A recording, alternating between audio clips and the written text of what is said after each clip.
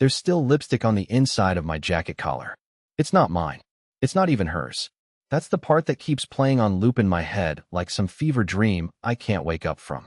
That coral red mark. The one she wouldn't ever wear because she thought her teeth looked too yellow in bold colors. That smear of someone else's confidence, resting on the fabric of the jacket I wore when I watched her fall for another man. And the worst part? She danced with him right in front of me. We were at the Hollow Ridge Estate, a pretentious name for a wine bar with a deck and some string lights. The kind of place where people pretend to be happier than they are because the wine is $19 a glass and the playlist has a live cello. She said it would be therapeutic for us to go out. You don't laugh anymore, she said. You just work, nap, and scroll. So I went. Like a fool.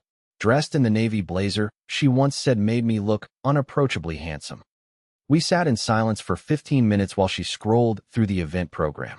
The live band was a local jazz trio. Nothing crazy. But when they started playing, and I mean really playing, like something cracked open in the night sky, she lit up. Like someone flipped a switch I didn't know was even off. Then came him. I didn't see where he came from. One moment she was nodding along to the music. The next she was reaching for his hand like it was the most natural thing in the world. No glance toward me. No hey, is this cool? Not even a flicker of acknowledgement. She stood up, took his hand, and floated into the makeshift dance area with that loose, wild elegance she hadn't shown in years. Not even at our anniversary dinner last fall. Not when I got that promotion. Not when I surprised her with tickets to Montreal. I wish I could say I did something. That I stood up, called her name, demanded an answer. But I didn't. I just watched. I watched her press her forehead to his. I watched her laugh at whatever he whispered. I watched her spin with her eyes closed like she had finally remembered what freedom felt like. And it didn't include me. At some point I got up. I don't even remember doing it. I just remember the way the chair scraped the deck, how nobody looked up. Not her. Not him. No one. I left through the back. Didn't say a word. Not even to the valet. But that jacket? It had her arms wrapped around it not an hour earlier. And now it has someone else's lipstick on the collar. And I think I know exactly whose. When I got back to the house, it felt like walking into a museum exhibit of a life I didn't recognize anymore. Same porch light humming quietly. Same pair of her shoes, those beaten white ones she refuses to throw out, sitting neatly by the door. But something about the air felt wrong, like the house was holding its breath. I didn't turn on the hallway light. I didn't have to. I knew where everything was. We've lived here almost 7 years. You learn the shape of things when you move through them long enough in the dark. You learn what creaks, what groans, what sighs under pressure. The first thing I noticed was that her purse wasn't on the counter. That detail hit me in the chest like a hammer. She's religious about that purse. It lands on the same tile spot every night, like a ritual. If it wasn't there, that meant she wasn't home, or hadn't come straight home. I stood in the kitchen, jacket still on, my fists unconsciously clenched inside the sleeves. My phone buzzed in my pocket. One message. I'm grabbing coffee with a few people from the event.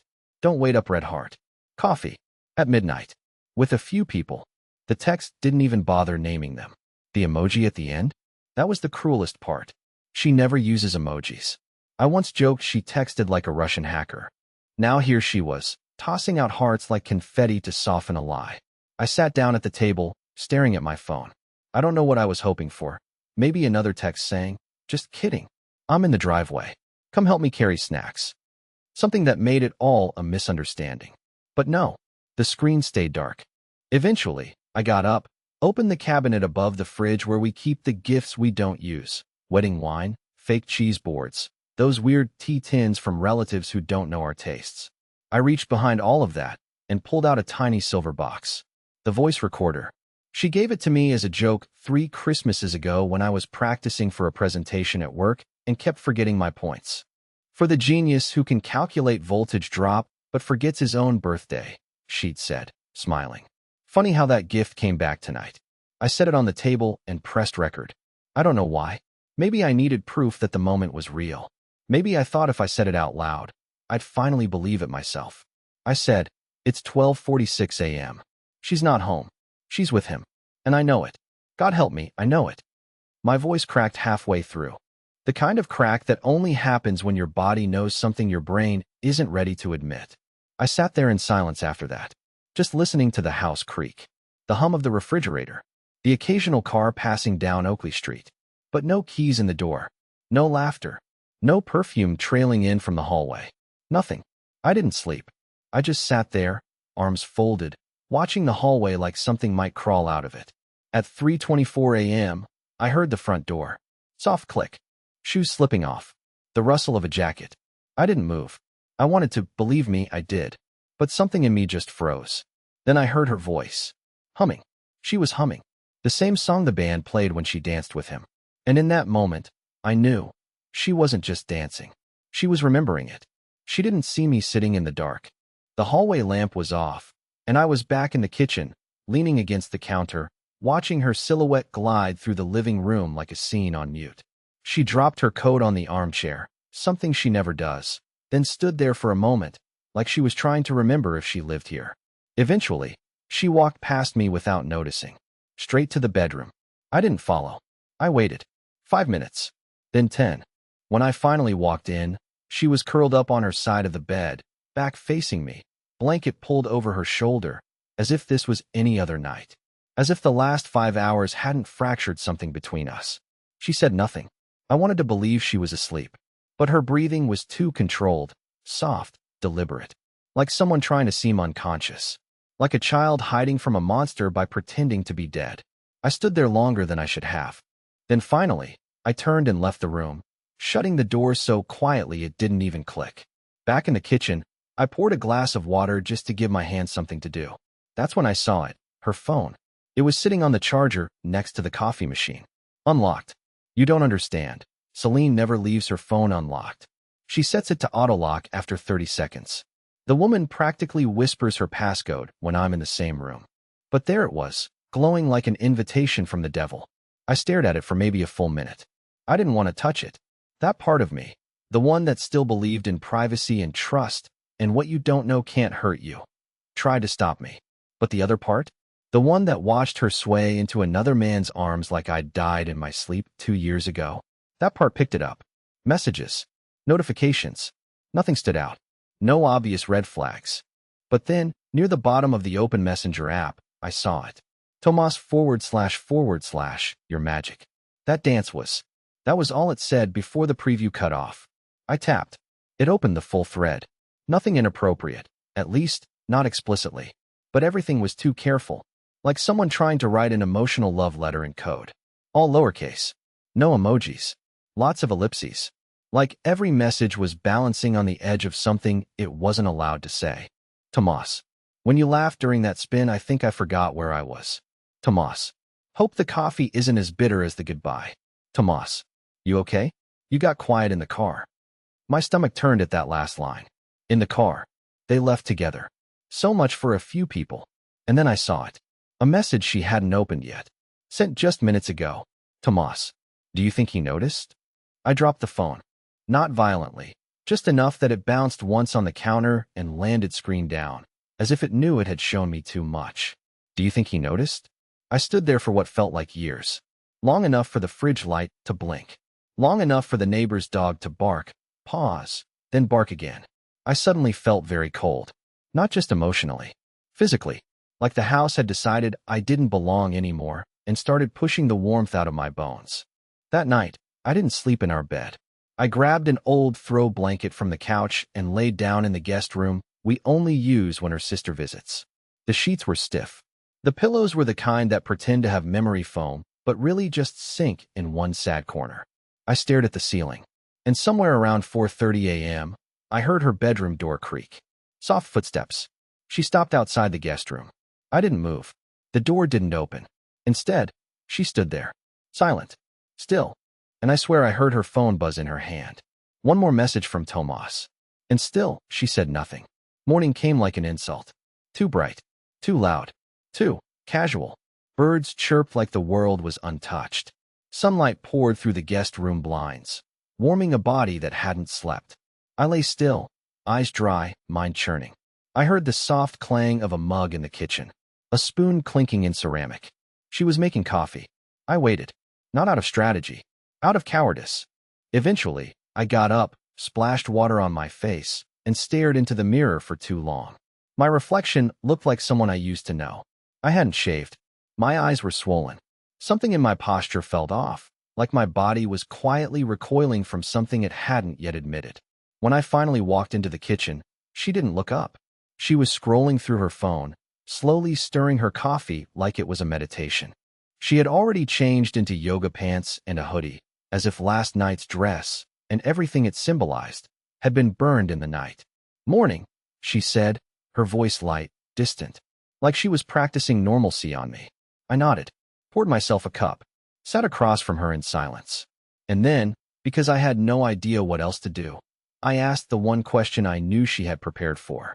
"How was the coffee thing?" She didn't flinch, not even a breath's hesitation. "Oh, it was fine. We just talked for a while. Then Tomas gave me a ride home. He didn't want me walking alone that late." I studied her face. She said it like someone describing a weather report. No guilt, no curiosity about what I thought, no fear, just a flat, perfected calm. And that's what unnerved me most. Not the lie itself, but how rehearsed it felt. Like this wasn't her first time lying to me, just the first time I was finally awake enough to notice. I stirred my coffee, mimicking her pace. "Who else was there?" She hesitated. The slightest flicker, but it was there. I think Kristen. And maybe that guy who sings in the band. Not sure. It was kind of loud." "You think Kristen was there?" "Yeah. Why?" I let the pause hang.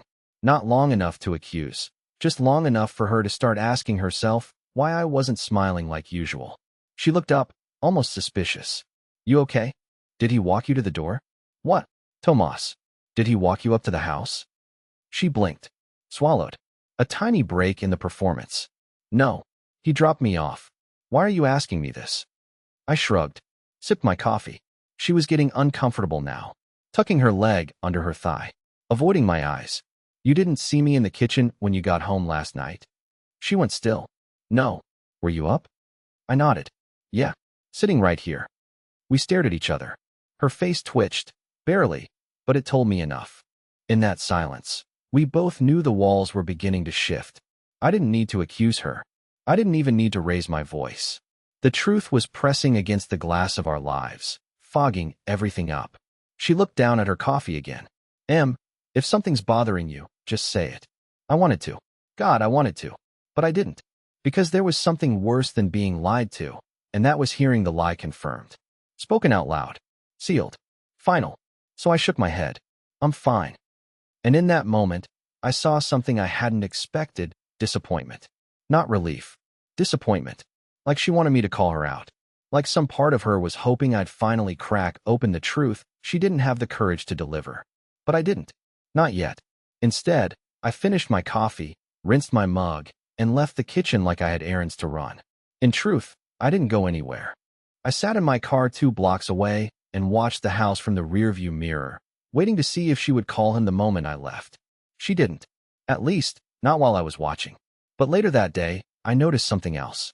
Her old laptop, the one she used for school stuff, was on the hallway table. Plugged in. Unlocked. Screen open. And on the desktop, a single audio file, time-stamped from the night before. I double-clicked it without thinking. It was a recording. Her voice. A man's voice. Laughing. And then, her saying something that I will never forget for the rest of my life. "If he ever finds out, I'll just say it was dancing." I played the audio file 3 times. Not because I couldn't believe what I heard, but because I needed to memorize the tone in her voice. That soft, dangerous joy. That small, almost flirty whisper she used when she said, "If he ever finds out, I'll just say it was dancing." She was laughing. And he, Tomas, was laughing too. Their voices blurred into the background hum of a car engine and jazz music, faint but unmistakable. They were still in the parking lot when she said it. I know because she mentioned the fairy lights on the railing and how it felt like a movie. And maybe it was. A romantic little film, just not the one I was starring in. I sat there, staring at the pause icon, wondering what kind of person records their own betrayal and just leaves it open on a desktop. Was it carelessness? Guilt? A subconscious need to get caught? Or maybe it wasn't her who recorded it at all. I checked the file details. It had been transferred from her phone. Airdropped, meaning it didn't accidentally end up there. She chose to move it. And suddenly, something clicked. She wanted me to find it. But not in a please forgive me kind of way. No, this was something colder. Like she was testing how much I could swallow. like she was dragging me into the fire to see if I'd still pretend it was candlelight. I should have confronted her right then. I should have walked straight into the kitchen and said, "Celine, why is there a recording of you and Tomas laughing about how stupid I must be?" But I didn't. Instead, I did something worse. I copied the file to a flash drive. And then I went into the guest room, shut the door, and sat down at the desk where we used to write holiday cards together. The drawer was still full of them, and used, untouched. From the home of Emerson and Celine, they read, our names embossed in gold. I stared at them for a long time, then pulled out a blank notebook from the bottom shelf and started writing everything down. Every word I remembered, every moment that had felt off in the last 6 months. Her late classes, her sudden interest in wine, her scrolling through her phone with the screen tilted just enough to block my view. There were so many signs. I had just filed them away under busy life. I stayed in that room most of the day. I could hear her moving around the house, vacuuming, playing music, cooking something. She was humming again, like the storm hadn't touched her, like she had already rewritten reality, and I was the only one stuck in the original draft. Around 6:30, she knocked gently on the door. "You hungry?" she asked through the wood. "I made that pasta you like." I didn't answer right away. I could hear her standing there, waiting, shifting her weight. The silence stretched. Finally, I said, "Not right now." Another pause. Then, "You okay?" I swallowed. "Just tired." She waited a few seconds longer before walking away. I heard her footsteps fade, then the sound of the television turning on in the living room. Laughter from some sitcom filled the house. That night, I didn't eat. I didn't shower. I just sat there, reading over what I had written, wondering how many other lies had passed through my ears without leaving a mark. But it wasn't until 1:12 a.m. that something truly unexplainable happened. I woke up, not from sleep, but from that kind of heavy mental fog you get when you lose time. My head was on the desk. My laptop was still open, and something had moved. Her phone. It was sitting on the floor of the guest room, face down. I didn't hear her come in. I didn't hear her leave. I hadn't locked the door. That was my mistake. But there it was. Her phone, left like a gift, or a weapon. And when I picked it up, a message lit up the screen. "Tomas, he's quiet lately. You sure he doesn't suspect anything?" And below that, unsent, like she had typed it, then hesitated. "I think he knows. I think he..." That was it. No period. No final thought. She had started typing, and then changed her mind. Deleted it. Locked the screen. Left the phone here. On purpose.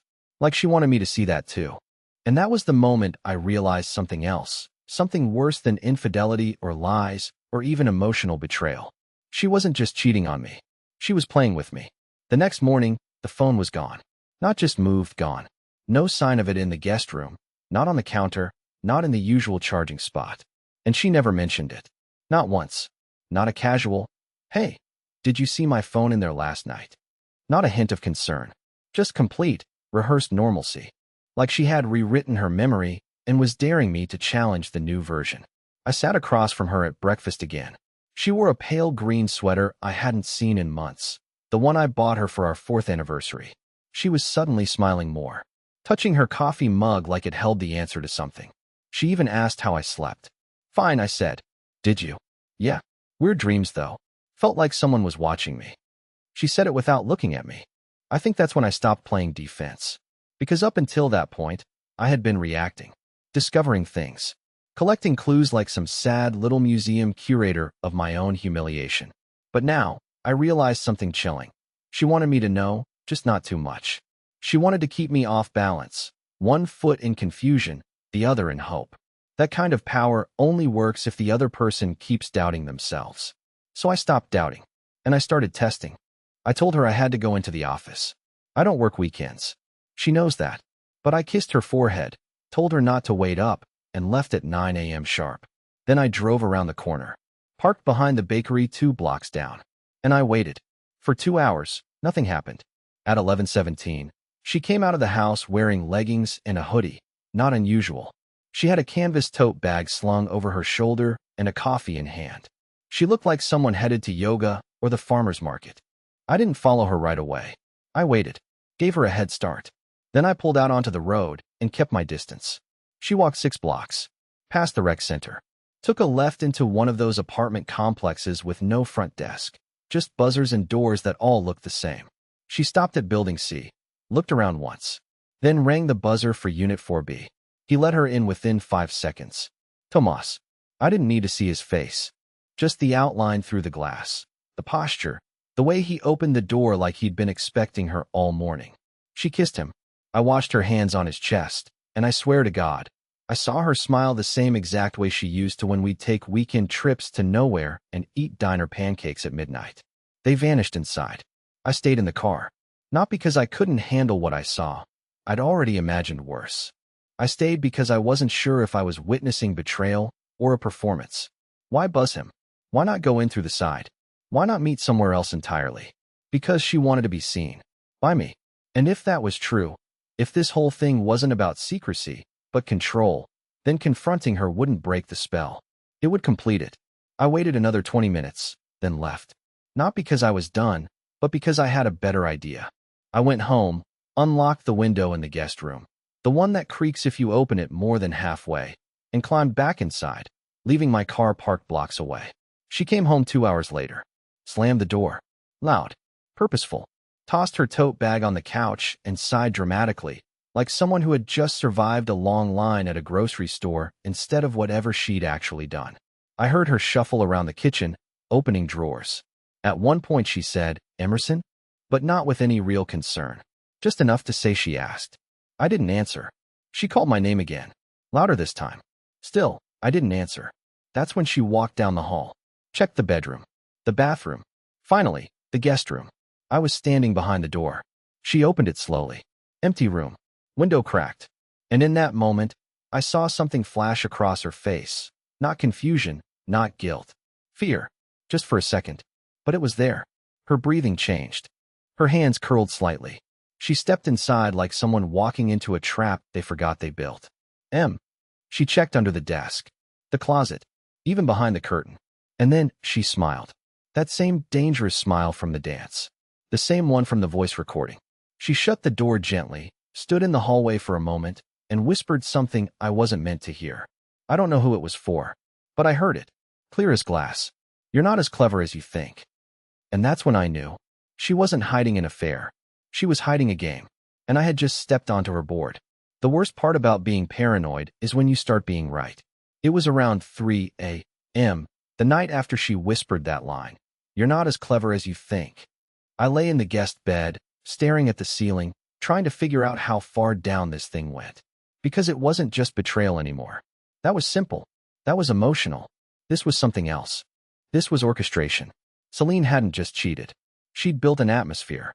A series of perfectly crafted moments designed to make me feel like I was chasing ghosts. Or worse, inventing them.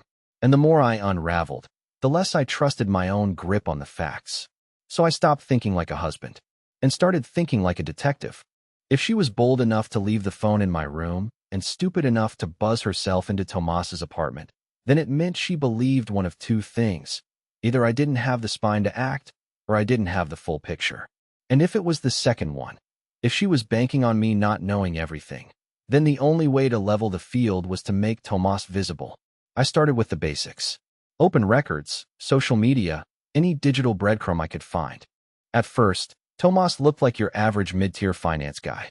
LinkedIn said he worked at a boutique firm downtown. No wedding ring. One golden retriever. A live, laugh, lift type of guy based on his Instagram captions. But then I noticed something strange. Tomas didn't exist online until 2 years ago. No college photos. No old tags. No mutual connections with anyone I could verify. It was like he'd appeared from thin air in 2023, a fully formed adult with a curated identity and no digital history before that point. Even his workplace website had his name spelled slightly differently on the team page. Thomas with an H. No bio. No headshot. Just a placeholder. I checked property records. The building he lived in? It was listed under a trust, one that had been inactive until 5 months ago, when it was suddenly reactivated and used to purchase Unit 4B in full cash. No mortgage. No rental history. Just bought. I dug deeper. Used burner emails. Posed as a prospective tenant. Even drove out to the leasing office pretending to ask about Tomas's place to gauge reactions. The woman behind the desk blinked twice before answering. "Oh, the quiet guy?" Yeah, he's, friendly. It was the pause that got me. The way she had to search for the word friendly. Like she didn't want to say what she was really thinking. Later that night, I returned to the folder where I was keeping everything: screenshots, photos, timestamps, copies of the voice recording, and labeled a new document. Who is Tomas? And then, almost on instinct, I wrote a list of possibilities I would have once laughed at. Fake identity, paid actor, someone from her past, private investigator. That last one made my blood run cold, because it would explain everything. The orchestrated nature of their relationship, her sudden coldness, the calculated trail of almost clues, and most of all, the way she kept looking at me like I was the subject of something. Not a betrayal, an experiment. I didn't sleep.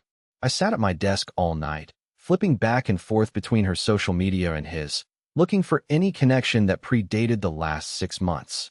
There were none. No likes, no old tags, no, "Oh my God, you two know each other?" from friends. Just silence. Around 4:12 a.m., I noticed something I hadn't before. One of her older posts, a photo from our weekend cabin trip last year, had a new comment. From Tomas. "Funny, you don't look unhappy here." That comment hadn't been there before. I would have remembered it. I clicked on it. It was only 3 hours old. He'd gone back a full year in her feed, just to leave that. My hands went cold. I refreshed the page. The comment was gone. Deleted. Scrubbed like it had never been there. But I saw it. I know I saw it. I backed up the page. Took a screenshot. Saved it. My fingers trembled as I labeled the file. Tomas_comment_vanished. PNG. Because that's what he was starting to feel like. A ghost with internet access. And just as I closed my laptop, I heard it. From the hallway. A floorboard creaked. Not the way it creaks when you step on it casually, but that sharp, deliberate creak you hear when someone is trying not to be heard and fails. I stepped out of the room. The hallway was empty, but the door to our bedroom was slightly open. And inside, under the white noise of her sound machine, I heard a second sound. Something soft. A voice. Not hers. Not mine. A male voice. Whispering. Inside my own house. I stood outside the bedroom door with my breath caught in my throat. The whispering had stopped. There was only the hum of the sound machine now. That gentle static she always insisted on to keep her thoughts quiet. And yet, behind that wall of artificial peace, I had just heard another voice. A low, male whisper. One that didn't belong to me. One that had no right to be inside my home. I waited. Didn't move. Didn't flinch. Then I pushed the door open. The room was dark, save for the amber light of her phone screen, dimmed, glowing on the nightstand. She was asleep, face turned to the wall, blanket tucked neatly under her chin. There was no one else. No whispering. No Tomas. I stepped inside. Slowly, my heart hammering in my chest like it was trying to warn me not to trust what I saw. I picked up the phone. The screen was unlocked. Again, it was open to the Notes app. And there, staring back at me, was a single sentence. Freshly typed, unshared, just sitting there. "I think he knows. I'm not ready." I stared at those words for a long time. Not because I didn't understand them, but because I finally did. Tomas wasn't real. At least, not in the way I thought. Yes, there was a man. And yes, she had danced with him, flirted with him, let him into our space. But this wasn't love. And it wasn't passion. It wasn't even manipulation. It was escape. Celine was unraveling. Quietly. Elegantly. Like someone folding into herself 1 inch at a time, too proud to ask for help. She didn't want Tomas. She wanted not to be herself. Not to be married. Not to be accountable to someone who saw too much of her. And in a twisted way, she needed me to find out. Because it gave her an excuse to collapse. I backed away from the bed. Stood in the doorway for what felt like hours. My anger didn't flare up like I thought it would. My sadness didn't drown me. What I felt was something much simpler. Relief. Because I finally understood something that had been clawing at the edge of my sanity for months. It wasn't me. It wasn't about being boring or too quiet or not romantic enough. It wasn't about my job or the way I stirred my coffee or how I forgot to take out the trash sometimes. It was never about me. I was just the nearest lighthouse she could swim away from. And now, she was lost at sea. That night, I packed 2 bags. Not because I was kicked out. Not because we screamed or cried or slammed doors. None of that happened. In fact, when she woke up the next morning and saw the bags by the door, she didn't say a word. She just sat at the kitchen table, watching the steam rise from her untouched coffee. When I approached her, she didn't look up. I placed a single envelope in front of her.